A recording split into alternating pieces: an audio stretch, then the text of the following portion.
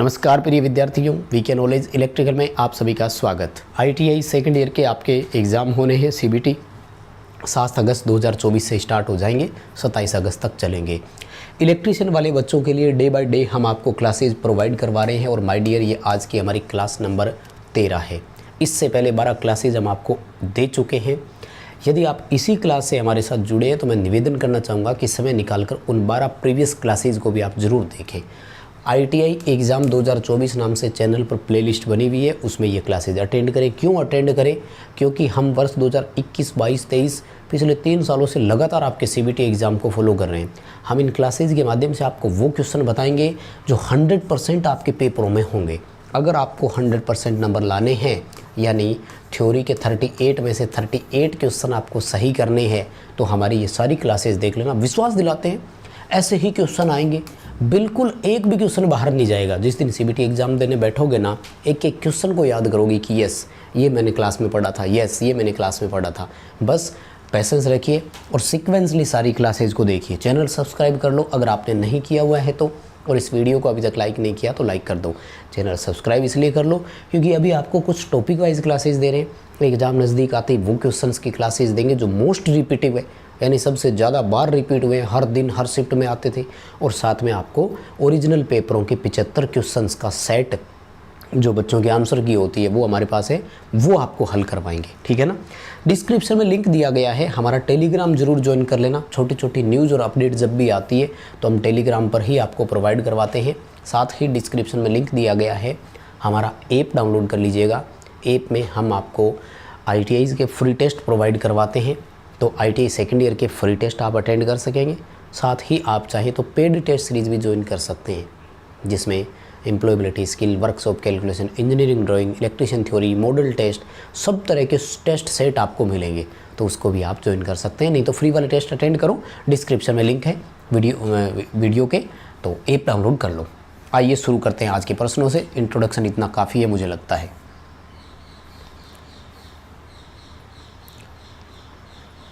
चलिए my dear, ये रहा आज का पहला सवाल आपके सामने। शुरू करते हैं।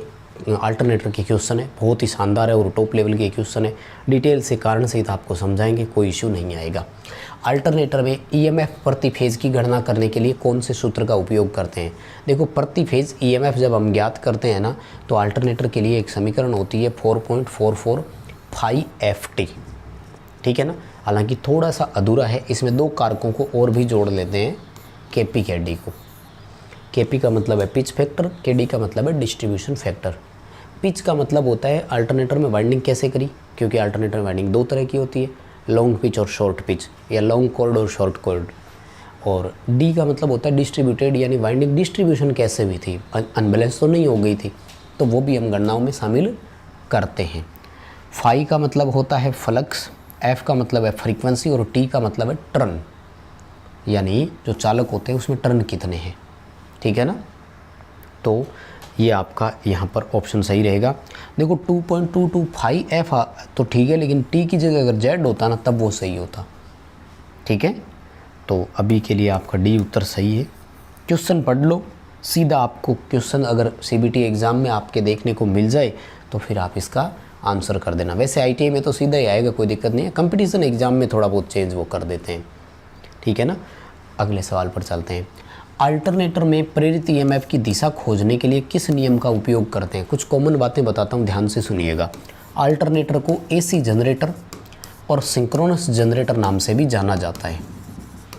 अल्टरनेटर का दूसरा नाम क्या है? सिंक्रोनस जनरेटर है। अब जनरेटर AC का हो या DC का हो, दोनों की 2 सिमिलरिटी है। दोनों फैराडे के विद्युत चुम्बकीय प्रेरण सिद्धांत पर काम करते हैं। दोनों में AC उत्पन्न होती है। दोनों में चालक और जो प्रेरित EMF होता है वो गतिज होता है, यानी चालक या चुंबकीय क्षेत्र में से एक को कांस्टेंट और एक को रोटेट रखा जाता है। मतलब दोनों में फैराडे का चुंबकीय प्रेरण नियम, दोनों में AC पैदा होती है, दोनों में गतिज प्रेरित EMF होता है। दोनों फैराडे के विद्युत चुम्बकीय प्रेरण सिद्धांत पर आधारित थे, इसलिए प्रेरित EMF की दिशा फ्लेमिंग वाले नियम से ही ज्ञात होती है। तो जनरेटर में फ्लेमिंग का कौन सा नियम लगता है? Right hand rule. तो यहाँ पर भी राइट हैंड ही आएगा। D उत्तर सही हो जाएगा। फ्लेमिंग के दाएं हाथ का नियम। बताओ बात समझ में आई क्या? अल्टरनेटर हो चाहे DC का जनरेटर हो, ठीक है। अल्टरनेटर का दूसरा नाम क्या है? Synchronous generator. अल्टरनेटर में प्रेरित ईएमएफ एसी होता है, डीसी जनरेटर में भी प्रेरित ईएमएफ एसी होता है। प्रकृति है ये तो। अगर वैसे पूछा जाए स्टैटिक और डायनेमिक, तो डायनेमिक होता है। अगले सवाल की तरफ बढ़ते हैं। अल्टरनेटर के भाग का नाम क्या है? देखो ये भाग है रोटर, पहली चीज़ तो ये। लेकिन कई सारे ऑप्शन अगर आपको मिलेंगे तो क्या करोगे? तो सिंक्रोनस मशीन, चाहे अल्टरनेटर हो चाहे सिंक्रोनस मोटर हो, रोटर दो तरह के होते हैं। कौन कौन से आपको नाम याद है तो कमेंट करके बता दो। सिंक्रोनस मशीन के रोटरों के 2 नाम, इंडक्शन मोटरों के रोटरों के 2 नाम, यानी टोटल 4 तरह के रोटर होते हैं। मैं बता रहा हूँ 4, आप नीचे कमेंट कर देना किसके 2 कौन से और किसके 2 कौन से। ध्यान से सुनिएगा। Salient pole rotor, smooth cylindrical pole rotor, wound rotor, cage rotor, ये 4 होते हैं। अब आप डिफाइन करके बताओ इनमें से कौन से सिंक्रोनस के और कौन से इंडक्शन के। अच्छे से जिसका कमेंट आएगा पिन करवा दूंगा। तो ये जो आप देख रहे हैं ना, ये सेलिएंट पोल प्रकार का रोटर ही है, सेलिएंट पोल टाइप रोटर। इसकी क्या पहचान होती है? ये उभरा हुआ होता है, लंबाई कम, डायामीटर ज़्यादा, मध्यम गति के लिए काम में लिया जाता है। ठीक है ना, सी उत्तर आएगा। Salient pole rotor. Smooth cylindrical rotor जो है ना, ये अलग होता है थोड़ा, इसकी लंबाई ज़्यादा होती है। ठीक है, अब तो उत्तर भी याद आ गया होगा ना। अगला सवाल माय डियर, ये है वो क्वेश्चन जो आपके सीबीटी एग्ज़ाम में सबसे ज़्यादा रिपीट हुआ है। आईटीआई कंपटीशन एग्ज़ाम में भी आता है, लेकिन आईटीआई के सीबीटी एग्ज़ाम में तो हर शिफ्ट में हर दिन लगभग हमें देखने को मिला है। अल्टरनेटर की रेटिंग पूछ रहा है। अल्टरनेटर की रेटिंग केवीए में होती है। पूरा नाम होता है किलो वोल्ट एम्पियर। हालांकि बड़े अल्टरनेटर की बात करूं, जैसे अपने प्लांट का अल्टरनेटर है 250 मेगावाट रेटिंग है उसकी, तो वो लगभग 285 MVA का बनता है। बड़ा अगर हो तो MVA भी हो सकता है, मेगा वोल्ट एम्पियर। अब मुझे ये बताओ KVA किस शक्ति की इकाई है? क्योंकि हमारे पास 3 तरह की शक्तियाँ होती है ना, आभासी शक्ति, वास्तविक शक्ति, प्रतिघाती शक्ति। तो दरअसल हम अल्टरनेटर को हमेशा आभासी शक्ति में व्यक्त करवाते हैं रेटिंग। इंग्लिश बताऊं क्या? अपरेंट पावर बोलते हैं इंग्लिश में इसे। सबसे बड़ी चीज़ होती है कि ये पावर फैक्टर से इंडिपेंडेंट होती है, मतलब स्वतंत्र होती है। कोई फ़र्क नहीं पड़ता पावर फैक्टर कम ज़्यादा कितना ही हो, रेटिंग नहीं बदलती। किलोवाट में अगर ले लोगे तो पावर फैक्टर के अकॉर्डिंग वैल्यू बदलती रहेगी, वो बाद में कारण कभी बताएंगे। अभी के लिए क्वेश्चन का आंसर समझ में आया? ए उत्तर करना है। बहुत टॉप लेवल का क्वेश्चन है। इवन ट्रांसफार्मर भी केवीए में ही होता है, वो भी कभी भी किलोवाट में नहीं होता। अगला सवाल, अल्टरनेटर में वोल्टेज रेगुलेशन की गणना करने का सही सूत्र क्या है? अब बहुत सारे बच्चे कंफ्यूज रहते हैं, आज अपना कन्फ्यूज़न दूर कर लो। ये ऑफिशियल है, निमी सही मान रहा है। अगर कोई सही नहीं मानेगा तो हम ऑब्जेक्शन कर देंगे, ऑब्जेक्शन का प्रूफ भी दे सकते हैं क्योंकि निमी मान रहा है। तो वास्तविक सूत्र होता है नो लोड बटे फुल लोड इंटू 100। ठीक है ना, भाग फुल लोड का ही देते हैं। कई बच्चे नीचे कन्फ्यूजन में रहते हैं नो लोड पर। दरअसल थेरेजा आप पढ़ते होंगे, मैंने कई बार बताया है। वो कहते हैं कि जब आप लोड बढ़ाते हैं ना तो वोल्टेज घटती है, लेकिन अगर लोड घटाएंगे ना, वापस जीरो कर देंगे, तो ये वोल्टेज वापस बढ़कर इस अनुपात में जा कर के यहाँ नहीं आएगी। ये वापस यहाँ से चलेगी तो सही, लेकिन इतनी दूर आकर रुक जाएगी। तो आपको कंपैरिजन इस वैल्यू से करवाना है, ना कि पहले वाली इस वैल्यू से। यानी इन दोनों का अंतर करना है, वो ये कह रहा है, ना कि इन दोनों का अंतर करना है। कोई बात नहीं, वो बाद की बात है। उत्तर याद कर लो, बी आएगा। No load voltage minus full load voltage बटे फुल लोड वोल्टेज इंटू 100। एक इस पर आधारित न्यूमेरिकल भी आएगा। NCVT ITI CBT एग्ज़ाम में ये फॉर्मूला भी आया है और वो न्यूमेरिकल भी हर साल आया है वो न्यूमेरिकल। तो ये अल्टरनेटर वाला टॉपिक छोड़ना नहीं है। कम से कम इसमें से आपको 4 से 5 क्वेश्चन देखने को मिल सकते हैं। बहुत ही इंपॉर्टेंट रहने वाला है टॉपिक, बहुत इंपॉर्टेंट। आ जाओ अगले सवाल पर। ये क्वेश्चन कुछ है जो आपको 3 फेज मोटर वाले में भी मैंने करवा दिए थे, क्वेश्चन वहीं से ही आते हैं। अल्टरनेटर में फ्रीक्वेंसी गणना करने के लिए फॉर्मूला पूछ रहा है। तो देखो F बराबर PN बटा 120, एक तो ये फॉर्मूला, लेकिन एक छोटा फॉर्मूला और भी होता है PN बटा 2। दोनों में क्या फ़र्क है? किसी बच्चे को याद है तो कमेंट कर दो, नहीं तो मैं बता ही देता हूँ। ये तब लगाना है जब गति RPM में हो, चक्कर प्रति मिनट में, और ये तब लगाना जब गति चक्कर प्रति सेकंड में हो। अभी यहाँ पर देखो हमें आरपीएम ही दिया है, तो ये वैल्यू रखेंगे। पोल कितने हैं 6, स्पीड कितनी है 1000, भाग किसका करना है 120 का, उत्तर आएगा 50 हर्ट्ज। सवाल समझ में आ रहा है क्या, सही लेवल का है कि नहीं, मुझे कैसे पता लगा समझ में आ रहा है कि नहीं, भाई वीडियो पर लाइक करना पड़ेगा। हम नंबर ऑफ़ लाइक्स देखते हैं और ये डिसाइड करते हैं कि कितने बच्चे थे जिनको कंटेंट पसंद आया, कितने बच्चे हैं जो ये चाहते हैं कि इसी तरह का कंटेंट और लाएं। और जितने ज़्यादा लाइक्स आते हैं हम उतने ही मोटिवेटेड होते हैं और ज़्यादा इम्प्रूव्ड कंटेंट आपको देने का प्रयास करते हैं, यानी हम आपको और अच्छे से डीपली चीज़ें बताने का प्रयास करते हैं। सो बिना लाइक किए वीडियो को नहीं देखना है। आइए अगले सवाल पर। 50 हर्ट्ज की फ्रीक्वेंसी 2 पोल पर अल्टरनेटर की गति की गणना करो। तो देखो अभी हमने फॉर्मूला लिखा था F बराबर PN/120। दरअसल इस एक फार्मूले में 3 फार्मूले बनते हैं। अगर आपने अच्छे से पढ़ा हुआ है तो किसी को कोई प्रॉब्लम ही नहीं है, कंपटीशन एग्ज़ाम वालों को तो है नहीं। CBT एग्ज़ाम वाले बच्चे पता नहीं किस लेवल का पढ़ते हैं, क्योंकि कॉलेज में कई बार तैयारी नहीं होती है। तो स्पीड कैलकुलेट करने के लिए फार्मूला होता है F × 120 अपॉन पोल, और पोल कैलकुलेट करने के लिए फार्मूला होता है F × 120 अपॉन N। भाई अगर आपने आज से पहले इन चीज़ों को नहीं पढ़ा हुआ है तो इतनी दूर का स्क्रीनशॉट ले लो यार, ठीक बात है। और अब आ जाओ इस पर, ठीक है, फॉर्मूला लगा दो, उत्तर आ जाएगा। फ्रीक्वेंसी 50 हर्ट्ज दी है, पोल कितने दिए हैं 2, अगर आप इसको काटते हैं तो उत्तर आपका आता है 3000 RPM। सी ऑप्शन आ जाएगा। वैसे कंपटीशन एग्ज़ाम वालों को तो मैंने रटवाई रखा है 50 हर्ट्ज फ्रीक्वेंसी पर 2 पोल की 3000, 4 पोल की 1500, 6 पोल की 1000, 8 पोल की बता दो कितनी आएगी 750। सिंपल सी बात है, रटवा रखा है सबको, ताकि समय की भी तो बचत करनी है ना। प्रतियोगी परीक्षाओं में तो कई बार टाइम कम देते हैं। अल्टरनेटर में आर्मेचर प्रतिक्रिया के डीमैग्नेटाइजिंग प्रभाव की भरपाई कैसे करोगे, पहले कुछ 2-3 पॉइंट बता दूं फिर उत्तर बताएंगे।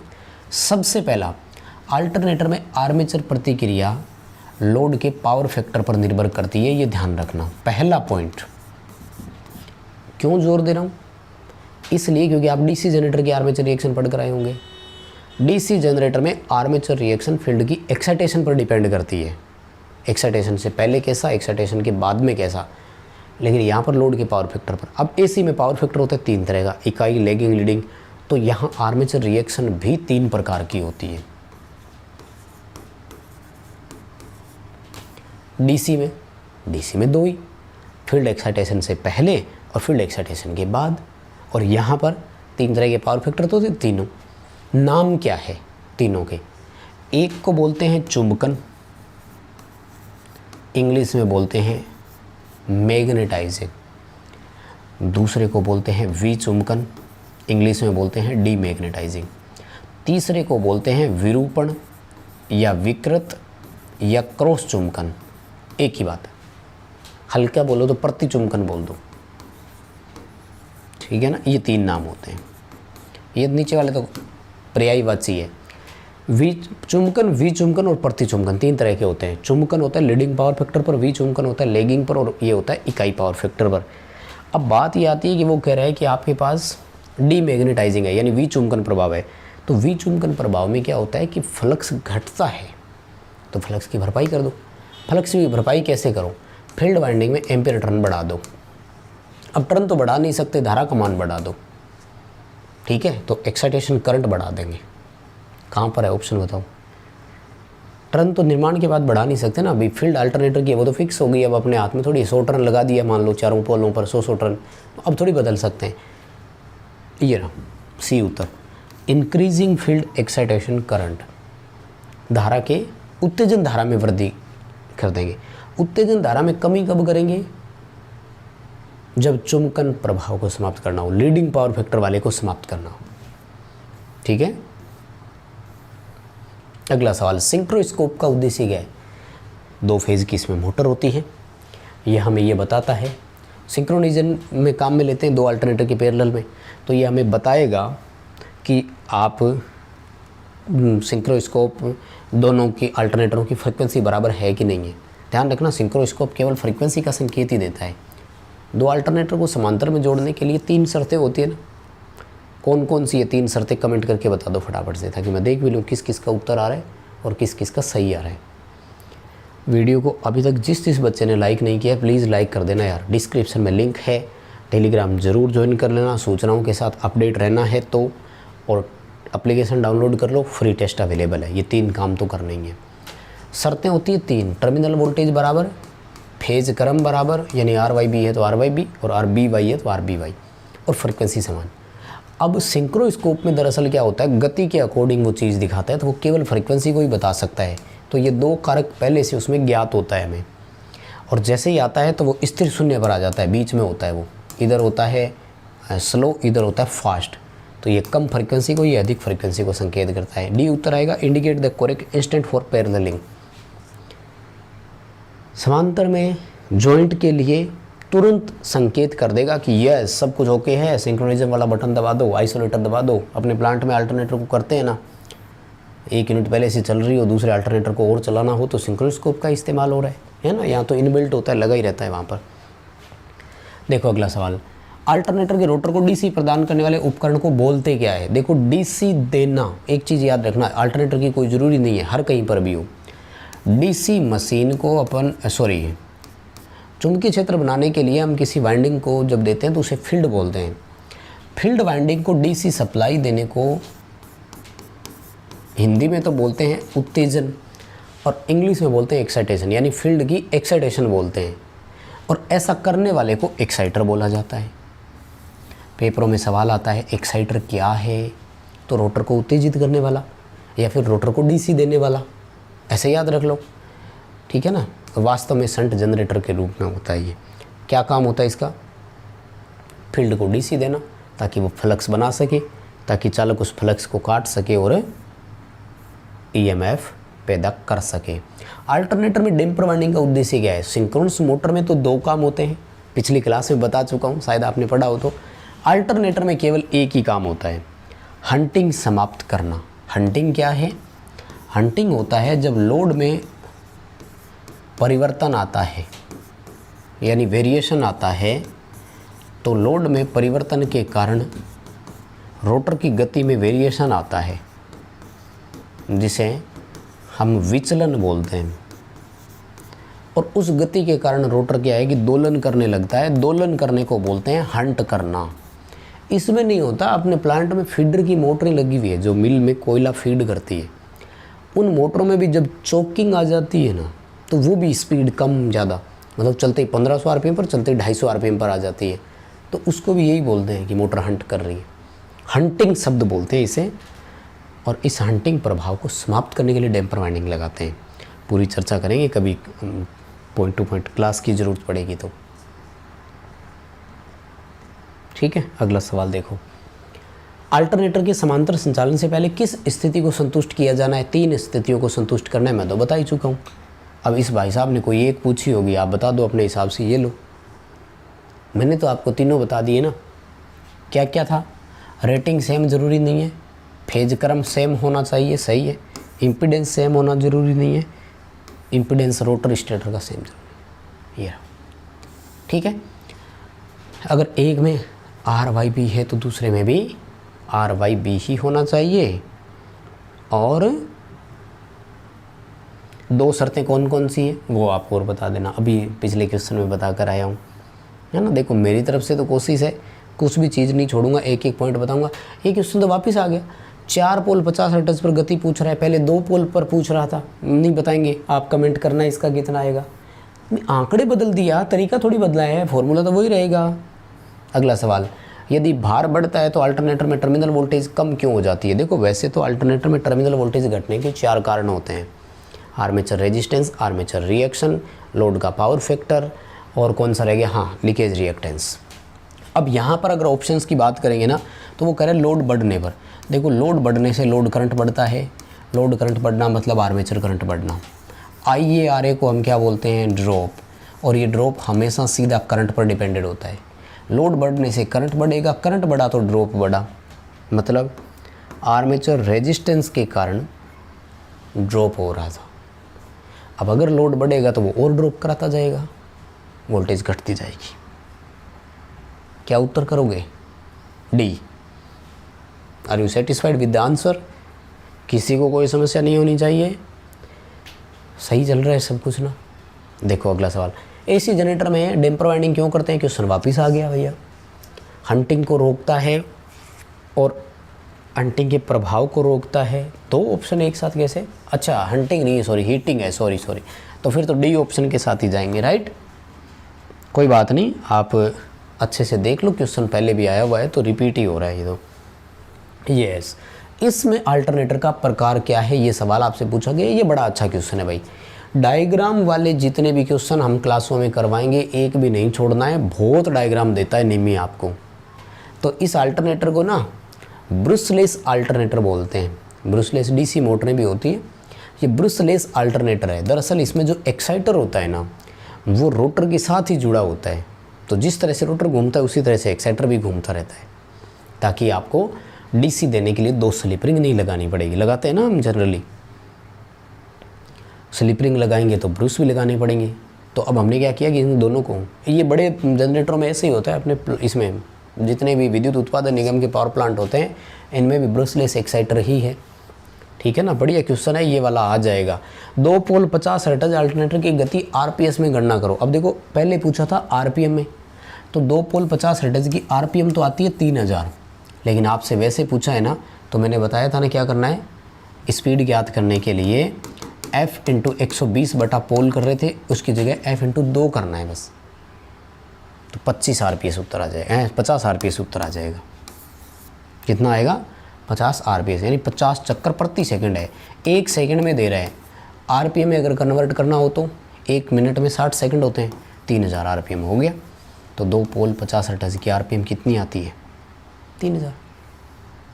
इसका जो मैंने फॉर्मूला बताया ना उसमें वैल्यू रख के मिलान भी कर लेना चाहिए। f इंटू 2 बटा पोल करना, 50 उत्तर आएगा।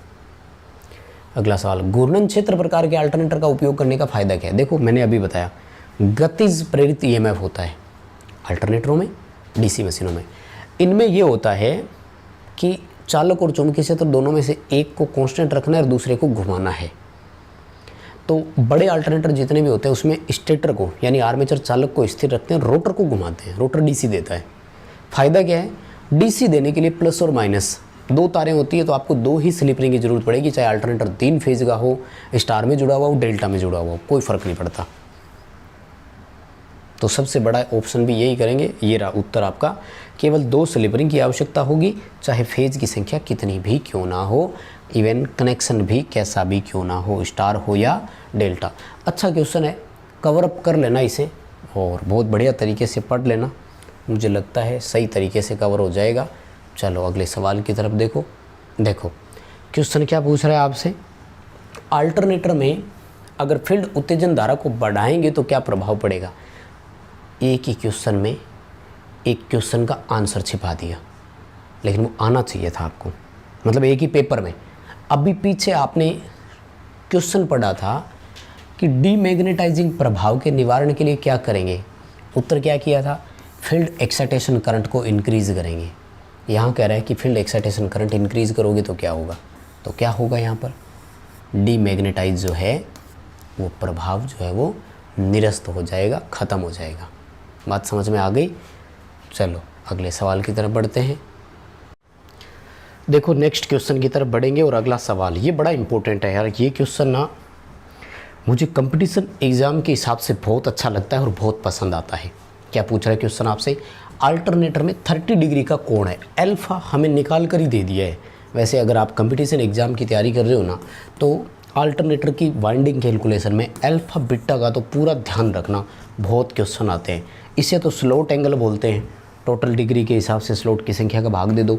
और ये अल्फ़ा जो आपका निकलता है ये पिच के अंतर के कारण निकलता है, यानी पिच 9 आई हमने 7 मानते हुए कर दिया है ना, तो वास्तविक पिच में से आपको जो वाइंडिंग करी है वो पिच घटा करके एक्चुअल पिच का भाग देकर 180 से मल्टीप्लाई करना होता है।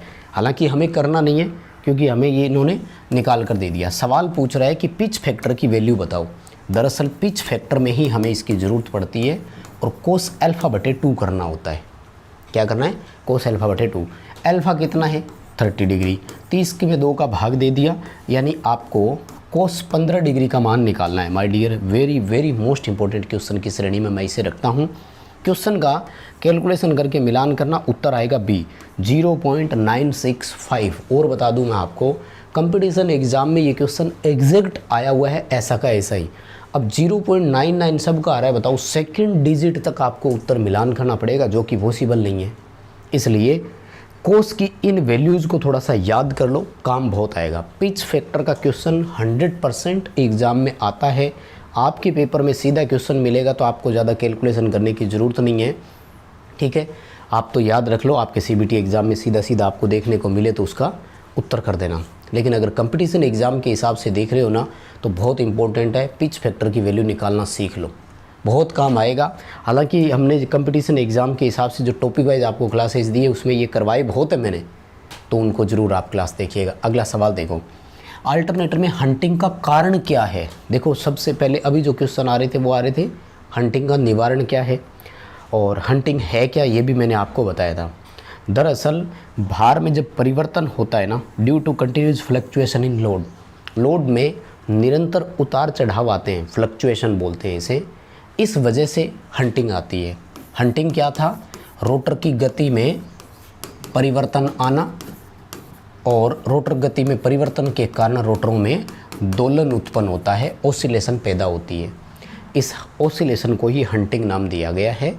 और इसका निवारण क्या पढ़ा था हमने, निवारण पढ़ा था डैम्पर वाइंडिंग का उपयोग, ठीक है ना, याद रख लेना, है इंपॉर्टेंट, काम आएगा। अगला सवाल देखो, अल्टरनेटर में ईएमएफ की समीकरण गणना करने का सूत्र क्या है। अब शुरू में तो पूछा था कि प्रति फेज गणना करने का, तो उसमें क्या था, पिच फैक्टर डिस्ट्रीब्यूशन फैक्टर को शामिल नहीं किया हुआ था, बस बाकी सारे फॉर्मूले लिखे हुए थे, ठीक है ना।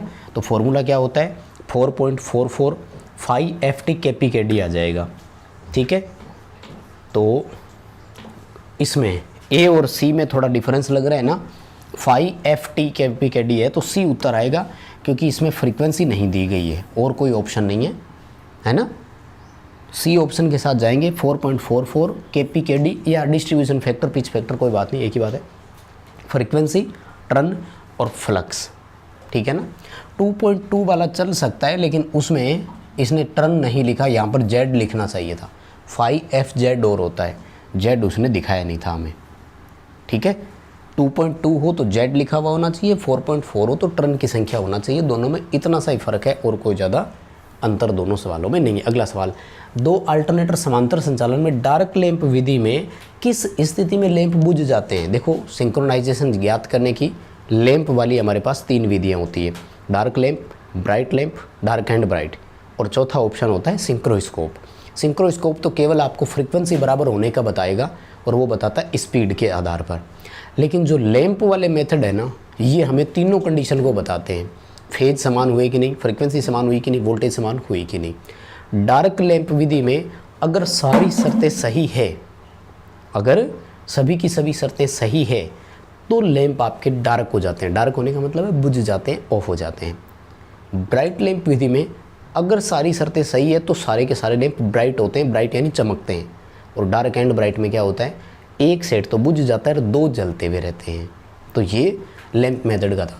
सारे के सारे किस स्थिति में बुझ जाएंगे, जब सभी शर्तें सही हो। शर्तें क्या थी, अल्टरनेटर के समांतर संयोजन की शर्तें क्या थी, 3, फेज क्रम समान हो, टर्मिनल वोल्टेज समान हो, फ्रीक्वेंसी सिमिलर हो, और ये तीनों शर्तें जब समान होगी तो बुझ जाएगा। अब ऑप्शन देख लो कहाँ दिया है इसने, ये रहा, वोल्टेज और फ्रीक्वेंसी इक्वल है, फेज क्रम तो ऑलरेडी बराबर होगा ही ना, वैसे फेज क्रम की कहीं इसने चर्चा करी नहीं है, ठीक है। वैसे ध्यान रखना, अगर फेज क्रम में अंतर हो तो अलग अलग समय पर वो ऑन ऑफ होंगे, फ्रीक्वेंसी में अंतर हो तो वो आपके ऑन ऑफ होते हैं, दोनों में फ़र्क आता है। अगला सवाल, अल्टरनेटर के समांतर होने के दौरान 2 लैंप किस हालत में जलते हैं और एक बुझ जाता है। लो रिपीट हो गया, डार्क एंड ब्राइट लैंप विधि के नाम से है, एक सेट डार्क हो जाएगा, 2 सेट ब्राइट हो जाएंगे। सेम कंडीशन की तीनों शर्तें सही है, टर्मिनल वोल्टेज बराबर है, फ्रीक्वेंसी समान है, फेज क्रम समान है, ठीक है ना। और इसका भी मुझे लगता है ऑप्शन सेम ही है, वही ऑप्शन है सारी। देखो voltage and frequency are equal, यही उस क्वेश्चन में ऑप्शन में था, यही इसमें दिया हुआ है, कोई प्रॉब्लम नहीं है। मतलब समांतरकरण की सही शर्तें हैं, सिंक्रोनाइजेशन की तीनों शर्तें बराबर है, इसलिए डार्क एंड ब्राइट जो है वो अपनी शर्तों के अनुसार काम कर रहा है। अगला सवाल देखो माय डियर, ये बड़ा इंपॉर्टेंट है, वोल्टेज रेगुलेशन की कैलकुलेशन वाला है। उत्तर रट लो, वैसे तो सीधा सवाल आएगा, आंकड़े बदलते ही नहीं है। 2005 से ये क्वेश्चन आ रहा है ITI में, हर साल आता है और आंकड़े भी नहीं बदलते हैं, पता नहीं उनको क्या लग रहा है। वोल्टेज रेगुलेशन पूछ रहा है, अल्टरनेटर से लोड हटा दिया जाता है तो वोल्टेज 480 से 660 वोल्ट हो जाता है। इसका मतलब जब लोड था तब 480 थी और जब लोड नहीं है तो 660 वोल्ट है, यानी लोड हटा दिया। ध्यान से सुनना, भारत संयोजित करने की बात नहीं कर रहा, लोड हटाने की बात कर रहा है। इसका मतलब लोड पर ये है, बिना लोड के ये है। इसी क्लास में हमने जब शुरुआत में एक क्वेश्चन पढ़ा था तो वोल्टेज रेगुलेशन का वहाँ पर फॉर्मूला आया था। क्या फॉर्मूला लगाया था हमने? No load minus full load बटे फुल लोड वोल्टेज इंटू 100। बस रख करके कैलकुलेशन कर लो भाई। 660 माइनस 480 बटे 660 इंटू 480 इंटू 100 कैलकुलेशन करके उत्तर करना माय डियर। 37.5% इसका उत्तर आएगा। बताओ, सवाल समझ में आएगा? इतना पुराना क्वेश्चन है, मतलब हर साल आ रहा है, आज से 20 साल पहले से ये आपके ITI में क्वेश्चन आ रहा है और यही ऑप्शंस आ रहे हैं, यही उत्तर आ रहा है। मतलब इस तरह का सवाल दे रहे हैं कि कभी आंकड़ा भी चेंज नहीं कर रहे हैं, पता नहीं क्या है ना। चलो हो गया भाई, इतना ही है। तो देखो, पिछली क्लास में synchronous motor generator MG set complete हुआ था, इसमें आपका अल्टरनेटर कंप्लीट हो गया, यानी सिंक्रोनस की दोनों मशीनें कंप्लीट हो गई, ठीक है ना। और पॉइंट टू पॉइंट चीज़ें आपको मिल ही रही है, ठीक है। क्लासेज सीक्वेंस वाइज देखनी है। अभी के लिए बस इतना ही था। वीडियो को लाइक जरूर करेंगे। डिस्क्रिप्शन में लिंक है, ऐप डाउनलोड कर लो, फ्री टेस्ट अटेंड कर सकते हो। डिस्क्रिप्शन में लिंक है, टेलीग्राम ज्वाइन कर लो, छोटी छोटी सूचनाएं वहीं पर देते हैं। लाइक ज़रूर कर देना। चैनल से पहली बार जुड़े हुए हैं जो बच्चे, वो सब्सक्राइब कर लो। दोस्तों तक ये क्लास पहुँचाने का काम ज़रूर करेंगे। अभी के लिए बस इतना ही था। बहुत धन्यवाद।